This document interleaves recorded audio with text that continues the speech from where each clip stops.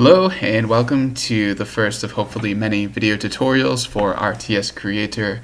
Hope you enjoyed our absolutely unnecessary video introduction. So when you first open up RTS Creator, this is what it's going to look like. It's just an empty project. We don't have any assets or objects or menus or levels. You haven't even started to create a game yet. So let's go ahead and start a new project by clicking File and New. Let's name it something you probably don't get very often, and go ahead and hit OK.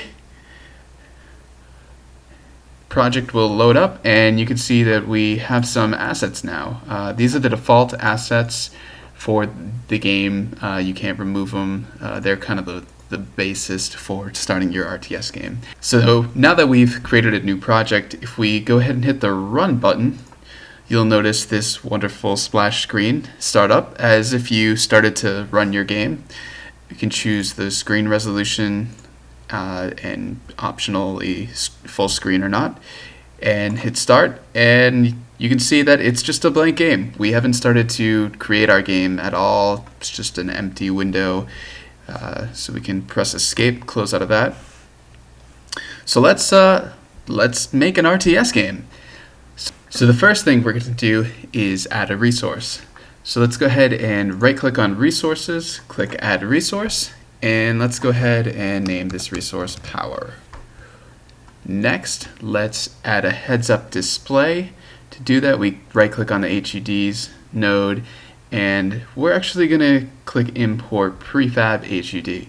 So prefabs are basically pre-made objects that we don't have to spend a lot of time creating ourselves. So I'll just click the checkbox here, click OK, and then you'll notice our HUD node has been populated, and we can click digital blue, the prefab we just imported, and everything is there. So we have a radar here. We have all of our items, build items. So I'm not going to get into the details of how to use all of these properties just yet. I'm just showing you simply how quickly and easily you can create your own RTS game with minimal effort. So next, we're going to include some objects. So let's click on the Objects node, right click Import Prefab Objects. We have some objects that have already been created. So I'm going to import the barracks, the gunship, power, capital, assault turret, radar, tank, and assault cannon. Click OK. Then once that loads, you can see that objects, we have a list of objects now, the cannon, the turret, the things that we've imported.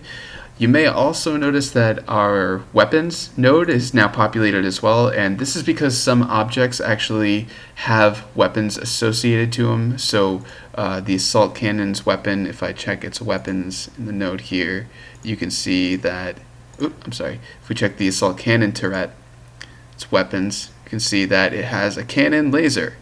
So if we drop down the weapons node, we can see cannon laser. And that's the weapon of the assault turret.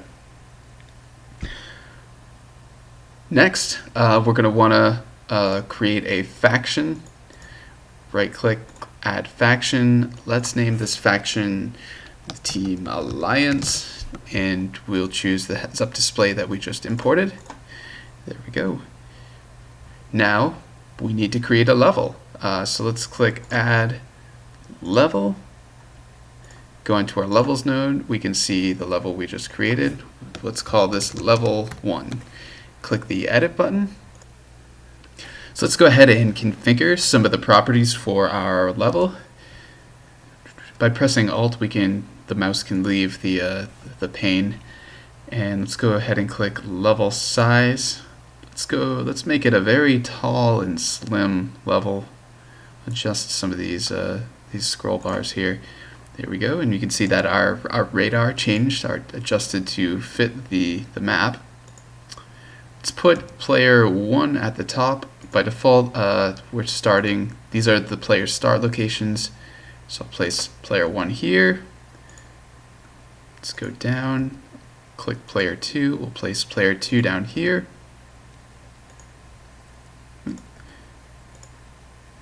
Then let's add some objects for player 1. We'll go ahead and change the mode to objects. Give player 1 capital and give him a couple tanks and a assault turret. And let's actually rotate that assault turret a few times to be facing the enemy. And then let's go down to player 2 and change the player to 2. And let's give player 2 the exact same thing. Give him a capital, some tanks. There we go. And you know what? Let's give him a gunship as well. Give him a couple gunships. There we go. So let's go ahead and save this game. So now that we've created our level, how do we play our level? So the first thing that we actually see when we run our game is the main menu. So if we could start our game, we can see that it's all black. If I click menus and go to main menu, this is the first thing that's opening up. All of these menus are default menus built into RTS Creator. They can't be removed for good reasons.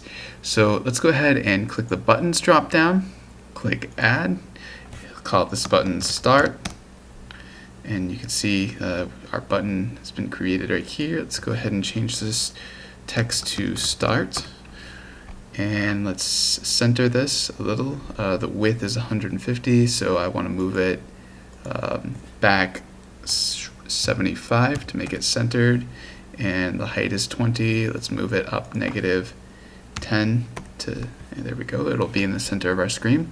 So if we start our game now, we can see that our start button is in the center of the screen.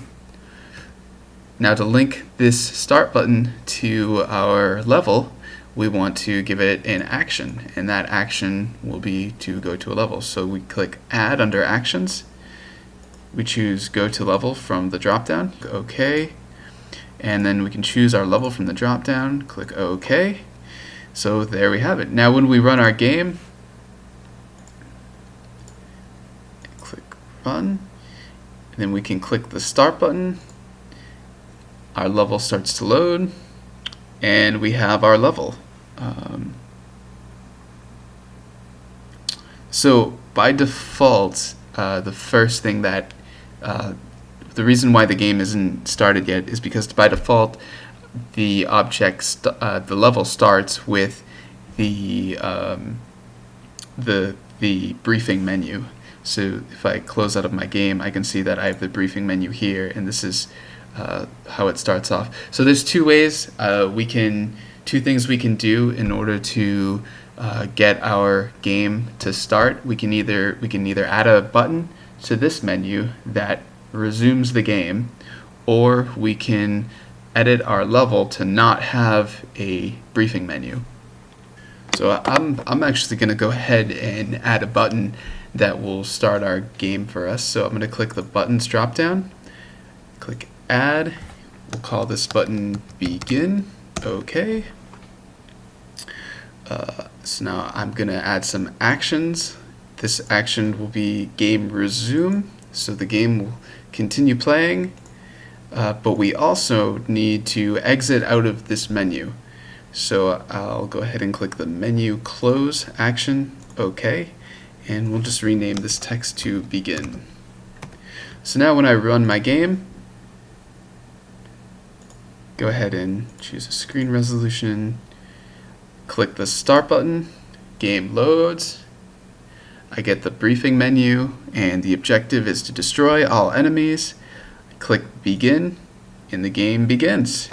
And you've just created your first real-time strategy game. So click some units and kill that enemy.